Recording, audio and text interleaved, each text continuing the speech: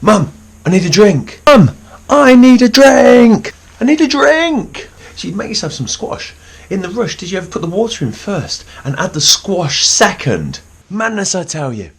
Madness. Or is it? Do you add the squash first? Well, if you do, you'll have noticed that when the squash goes in, a little bit of magic happens. Take a look at this. Okay, keep watching, because here's what you're going to need to know for GCSE Diffusion.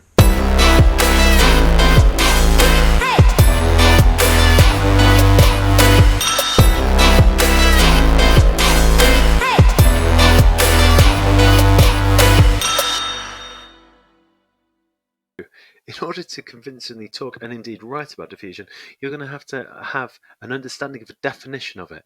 And the definition is that diffusion is the spreading out of particles in a net movement from an area of high concentration to an area of low concentration down a concentration gradient. What does that actually mean?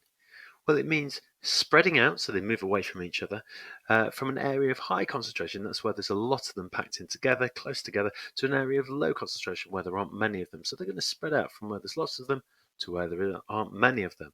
It's worth noting at this point that it says in a net movement. That's because particles bounce around randomly by their very nature, so some will go in the right direction and some will go back on themselves. Some will move back to where it's more concentrated, but the majority, the net amount of them, will go in the right direction. And so we can see from this diagram here, on the left hand side there's 5 particles and on the right hand side there's 2. 5 is showing that there's a high concentration of the particles. 2 is showing there's a low concentration, there's a low number of them, they're in a low concentration, and they're going to move in a net direction from the area of high concentration to the area of low concentration, so from the left to the right. And we can see an example much like the squash example that we had at the top of the program, which is showing ink this time. But if it were squash being dropped in, you see the drop of ink going in, and in the second one along you see it's very dark, it's very dense. That's a high concentration of that ink. And in the third one you can see it's spread out somewhat in terms of distance, but also it's lightened in colour, and if it were squash it would be lighter in flavour as well. And then at the end you can see that it's spread out to the point that it's evenly mixed throughout the water. It's reached an equilibrium, that's full diffusion occurred. The particles haven't stopped moving, however, they are still moving around each other, but they're equally distributed most of the time. And here we are, we can see an example for all you tea lovers out there, you madmen. You can see there's a nice red berry infusion going on there, and you can see in both of the pictures, more the right hand one, you can see the diffusion of the solution of tea exiting the area of high concentration, which is inside the tea bag, to the area of low concentration, which is outside of the tea bag. And it might be a good time to demonstrate this relationship on a graph. Okay, it's time for one of Mr. T's top tips. The best way to remember the definition for diffusion is to draw a quick sketch graph. You can use this in any mind maps that you might do in your revision.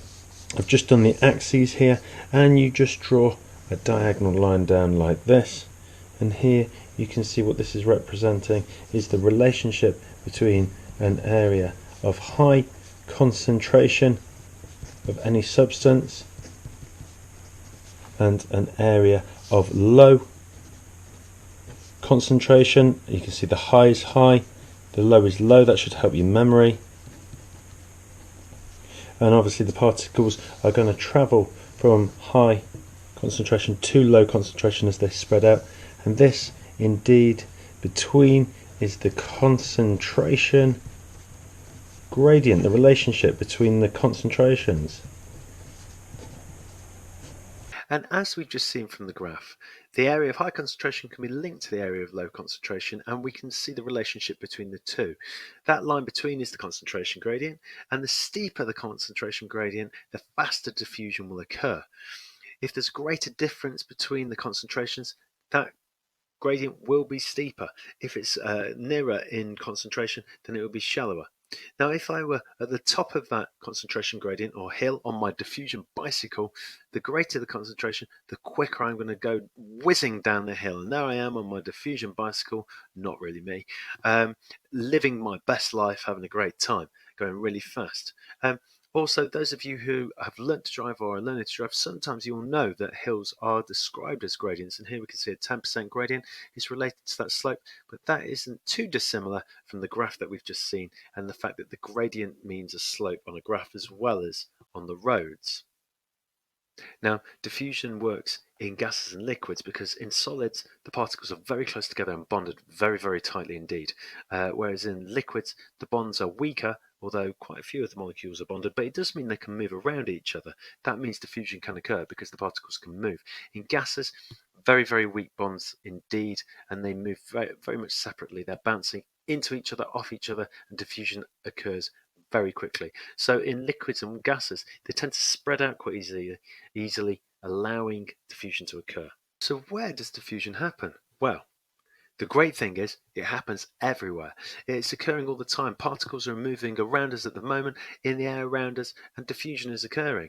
Where does it happen? Across cell membranes, at diffusion surfaces, or anywhere where substances need to be exchanged or absorbed if they're gases or liquids. Let's take a look at a few of them. So here's the single-celled organism, Chlamydomonas.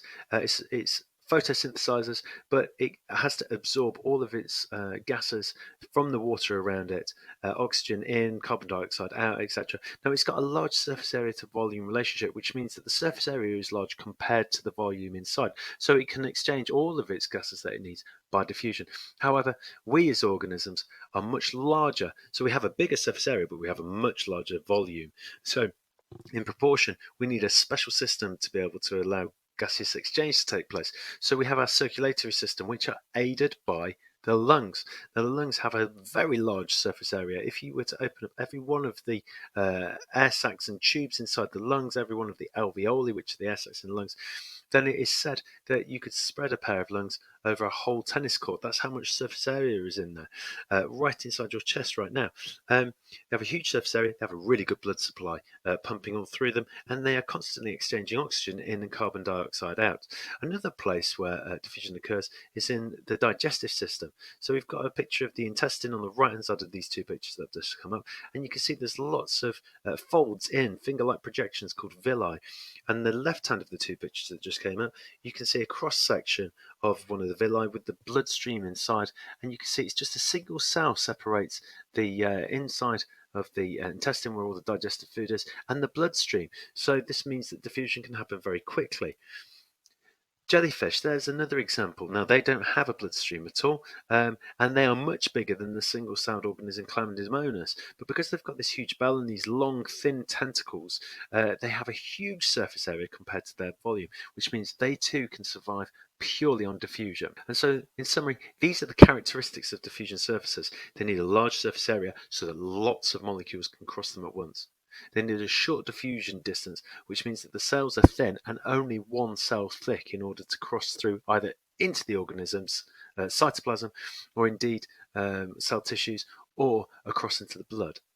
They need to be close to a blood supply if there is a circulatory system, and that maintains a high concentration gradient so diffusion keeps moving. And it's best if these surfaces are moist so the molecules can dissolve and move through as liquids, and that aids diffusion no end. Now, if you enjoyed this video and you're interested in other methods of biological transport, why don't you check out our videos on osmosis and on active transport, both of those underlined there. If you found this CyberTeachers video useful, don't forget to like and subscribe, and we'll keep the content coming.